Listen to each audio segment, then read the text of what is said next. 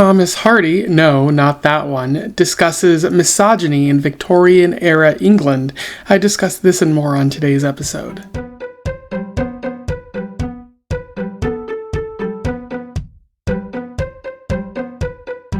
Welcome back to Around the Weird, a booktube channel where I talk about all the unusual and out of the ordinary literature that I've found in my travels.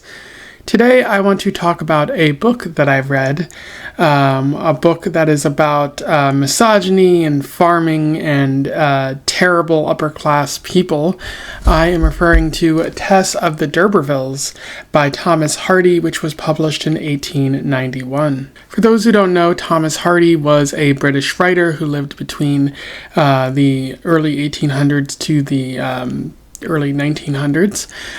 He was known for writing books and poetry.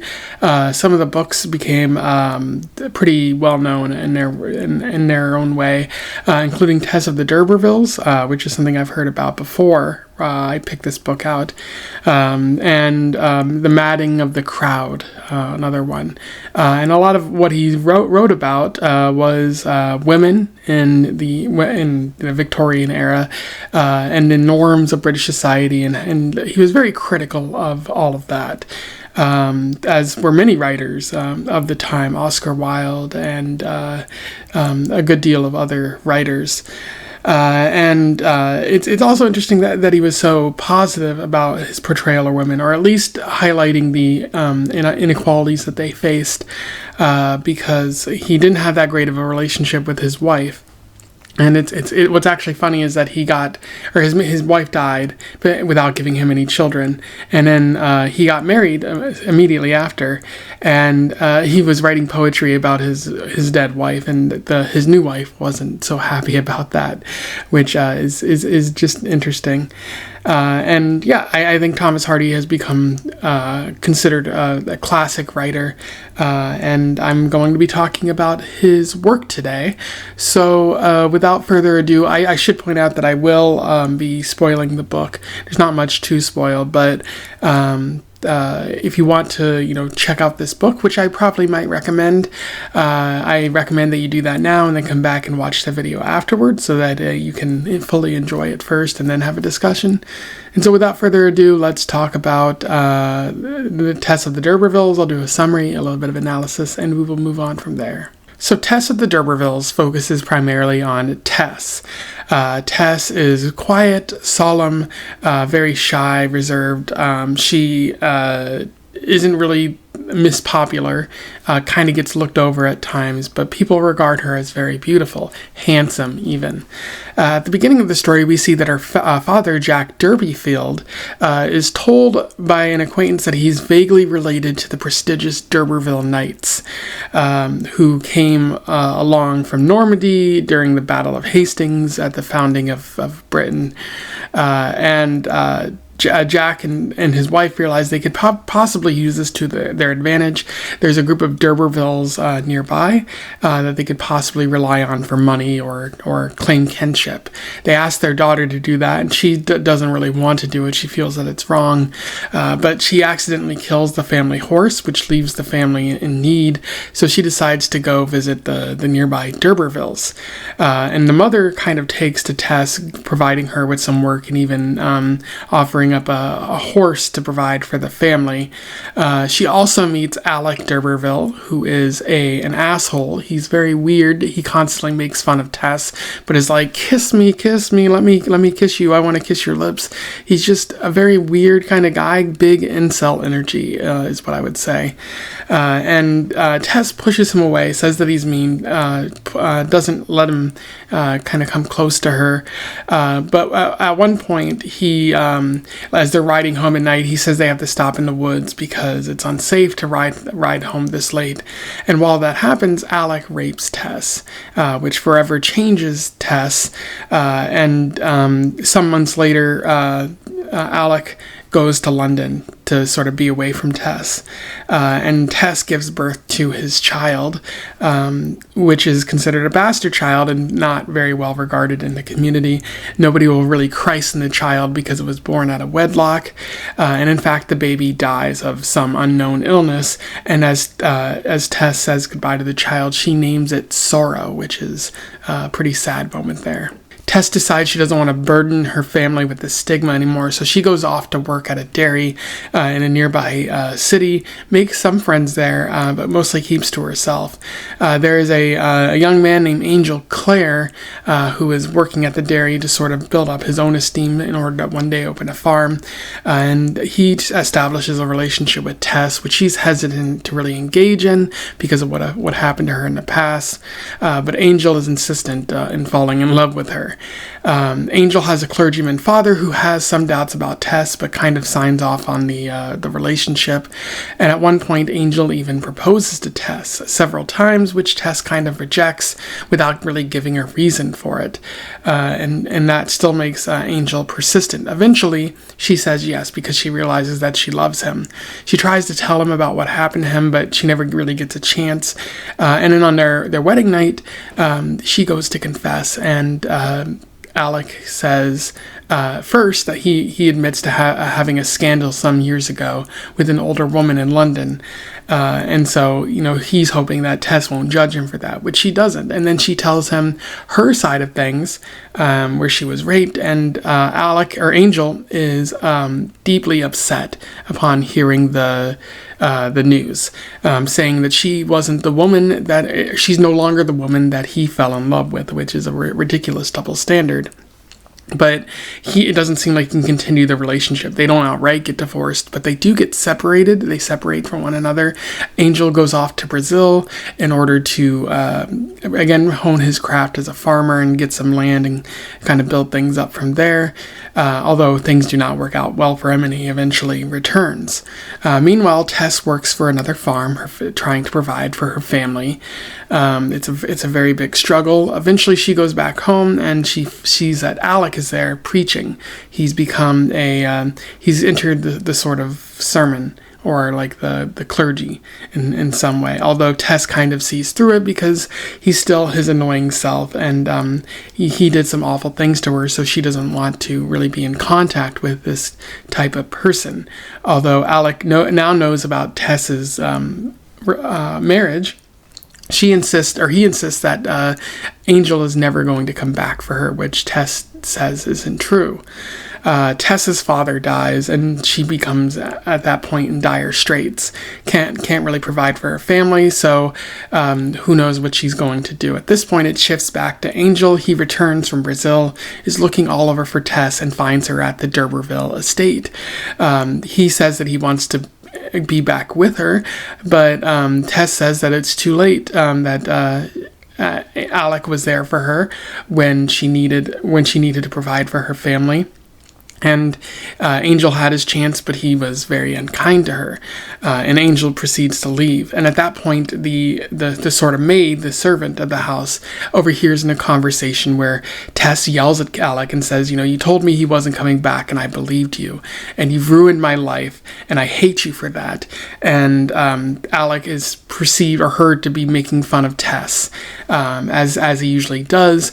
And then sometime later, the maid has someone enter the bedroom, and it's seen that Alec has been stabbed to death by Tess, and she's run off, caught up with Angel, told him what happened, and he promises to take her in and keep her safe, and they proceed to leave for some other sort of city.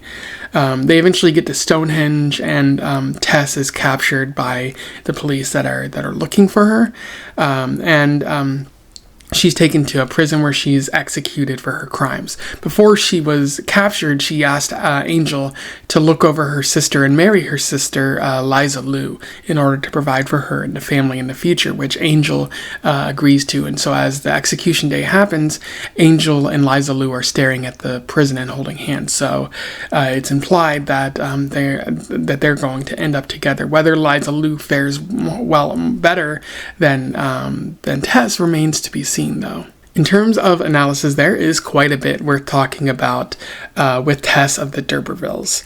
One of the big themes that Hardy is working with here is that of women and misogyny, specifically misogyny. Hardy highlights the misogyny that Tess faces as a pure woman. That refers to the title. The title is called Tess of the D'urbervilles, but the original title was Tess of the D'urbervilles, a pure woman faithfully presented by Thomas Hardy. So what does it mean to be a pure woman? I think it means this is a woman who doesn't have any foibles, who lives the best life that she can live, providing for others and being a sort of gentle, nice kind of person.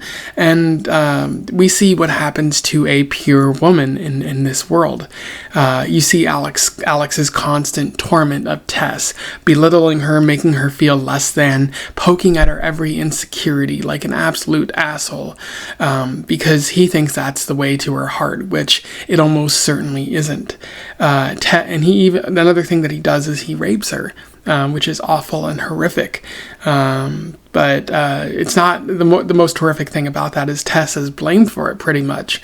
Like her mom is like, you should have sort of worked to prevent that from happening, but now that it has happened, you can kind of entrap him into a relationship as if Tess actually wants that. And she's seen as sort of stigmatized in the community for having a child out of wedlock, but it wasn't her decision to do that. That was kind of forced upon her by this horrific monster Alec, who took away her autonomy in that horrific action. The community kind of blames Tess, and Alec gets off scot-free. Not that Tess has really told anybody, but people more often than not blame Tess for what happens. You could argue that Angel is a better person overall, but he still falls into the traps of purity, of saying, oh, you're not the woman that I fell in love with. You're clearly somebody else now that I know this awful thing happened to you. It's your fault for letting it happen rather than his fault for doing such a terrible thing. Although I do think Angel probably believes that Alec is a monster as well, he's still mostly blaming Tess for what happened, which is not ideal. Allow me to read you an interesting quote from this. "Oh, Tess, forgiveness does not apply to the case. You were one person, now you are another. My God, how can forgiveness meet such a grotesque prestidigitation as that?" And that's a really weird kind of thing to say from Angel. Tess is still the same person regardless of what happened to her, but it's the perception of purity that's really changed. Women have to be pure when you marry them, otherwise you've essentially married a broken glass. Like it no longer contains its original value. But it's also important to note that Angel didn't tell Tess what had happened until the wedding night either. And what's more is he just confessed that he was involved in a scandal with an older woman in London. Like, how is it okay for him to have done what he did, but for Tess to not, how is that not okay? Like, there's obviously a double standard, which is a large part of the story, this double standard that's placed upon women but not forced upon men. Or no expectation of manly purity is really needed. And in this society, Tess really has no options. Like there's no way to really get away from Alec because no one's going to try to stop him. His behavior is rewarded in this society, and she kind of has to wait for Angel to come around and finally accept her, because she can't force him to listen to her or to accept her position, which is still very true to this day. Society often rewards misogyny in any form that it takes, especially in the modern America. We have victim blaming as it pertains to rape, a culture of rape, and a lot of other wanton problems as it pertains to the perception and treatment of women in society. And that hasn't really changed since Hardy's time, and hasn't really changed, since, decades before Hardy, because Jane Austen was writing Pride and Prejudice and noting, the troubles that women can face there as well. Although it seemed that higher class women have a lot more freedoms than lower class women, which is the point I'll be making in a few moments. But essentially, Hardy at this time is pointing a mirror to British society and saying, look at how you are behaving towards other people, especially women. This doesn't seem right. And Tess has certainly done nothing wrong, and yet she's treated like garbage throughout a large part of her life by these men. How can we reward such men? And in that way, it also reminds me of D.H. Lawrence's Lady Chatterley's Lover, a book that is essentially about like a woman sort of coming to find her sexual awakening, not through her husband, but through another man. There's class issues in that aspect of the story. Essentially, Lawrence saying, hey, the men of the British upper class are too stupid to realize that their wives are unhappy. Very similar ideas, although Chatterley's story is maybe much more positive than what Hardy is necessarily saying here. Hardy is also writing about names and social class. The story is called Tess of the D'urbervilles, but it's important to note that Tess is not a D'urberville. The original D'urbervilles of the story died out decades previously, and the people who have the current name are just people assuming it because it seems right. And like Tess is a Derby field, not a D'urberville. So there's people pretending to a higher class than their own because, again, it's better to look like you're in a higher class when it comes time for marriage and other things. A lot of Tessa's problems, though, in this story stem from class. Alec comes from money. His family is doing well pretty recently, and he treats people like garbage because of it, because he can, because there's nothing stopping him from doing so. A lot of it has to do with the fact that he's a man, and society rewards men like Alec D'urberville, but a lot of it just has a lot to do with the fact that he comes from money, and he terrorizes poor people because he can get away with it. He frequently hangs money over Tess. He's like, oh, your father died, you can't provide for your family, marry me and I can provide for you. Tess doesn't want that, but that's her only option, and he's using that money as a means to control Tess. Angel also uses class against Tess because when she confesses, she's like, oh, this has happened in other families. And they found a way to get around it.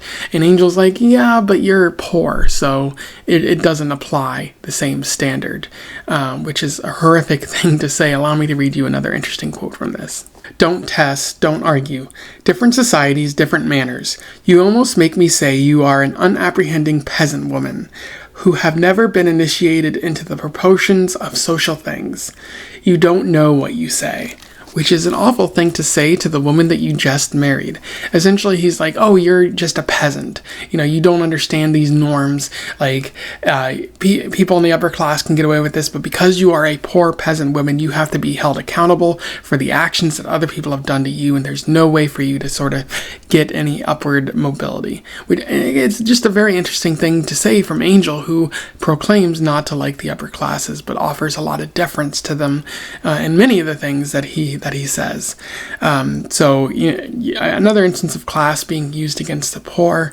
There is just the general eagerness to assume the D'urberville name, as I said before, but doing so leads to shame because Tess tries to claim kinship with the D'urbervilles and ends up getting raped, and every time she thinks of the D'urberville name, it fills her with a great sense of shame. And I do think to some extent Hardy is kind of looking at the rot underneath. Like, these people come from a high class, but just because they are from a high class, that doesn't make them better people. Alec is filled with rot. He's a terrible human being, and in no way is he any better than Tess or many of the other characters in this story. There's also the use of religion in this story.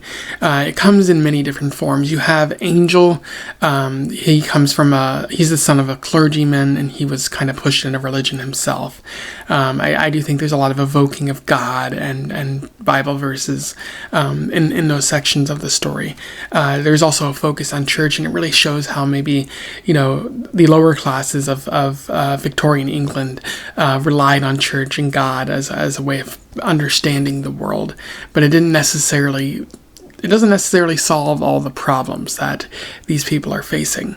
I think Alec even says, like, oh, Tess, you must think I'm Satan, like I'm the snake in the garden or something like that, to which Tess says, I never said that, but that is certainly how Alec is behaving in this story. Another interesting aspect of religion, paganism in particular, is the end of the story. Tess and Angel are hiding out on Stonehenge, and Tess is sort of captured on a altar at Stonehenge. Maybe you could argue that like this is Hardy sort of proclaiming, a sort of mysticism of women or something like that, that they're kind of regarded poorly in British society, but this is how women should actually be. They should be put on an altar and worshipped or something like that. Or maybe recognizing the holiness of Tess in the same way that Jesus was kind of holy. Although using Stonehenge and comparing that to Jesus, that doesn't quite work. But I do think there's a lot to say about Tess ending up on the Stonehenge altar. There are other great aspects of the story, including the use of isolation, and Tess falling into sort of a depression, dealing with what seems like post-traumatic stress in this story. Alec kind of isolating her off from other people, and her just sort of putting herself in exile and a sense of isolation away from others as a penance for what she feels was a lot of her own issue. But isolating herself doesn't make things better; it makes things worse for her. And I like how Hardy, kind of effectively portrays that happening to Tess here. And then I also think Alec is a great villain in this story. He is an absolute monster, a very well-written, awful human being. You might argue that like he's a bit two-dimensional, that like he's so like transparently bad in the way that he treats Tess. But there are a lot of people like Alec out there, just awful human beings who do no good, who deserve to be shunned by society, or in the case of Tess, to be killed, because they're not going to get better, and in fact they're going to get worse. I don't doubt that maybe Hardy was writing about someone he knew when he wrote this story, and the fact that he at the end of the story gets stabbed, that's a very fitting end for Alec. It's maybe not so romantic in real life where people like him kind of get away with it, but his arc is very interesting, and you just really want to hate him. So I think Hardy does a great job of writing this villain here. Now, I do think there are a couple problems sometimes with characterizations, but mostly I think there's just long stretches of nothing in this story, where it comes off very rural and boring.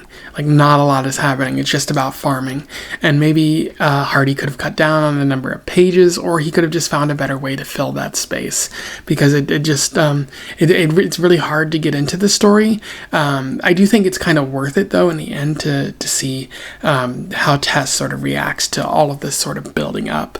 But to get through so much of the nothingness, it feels a little bit like War and Peace or Crime and Punishment, where like there's a lot of it, and I'm not really sure it's really meant for recreational reading at times. It does feel like one of those stories that is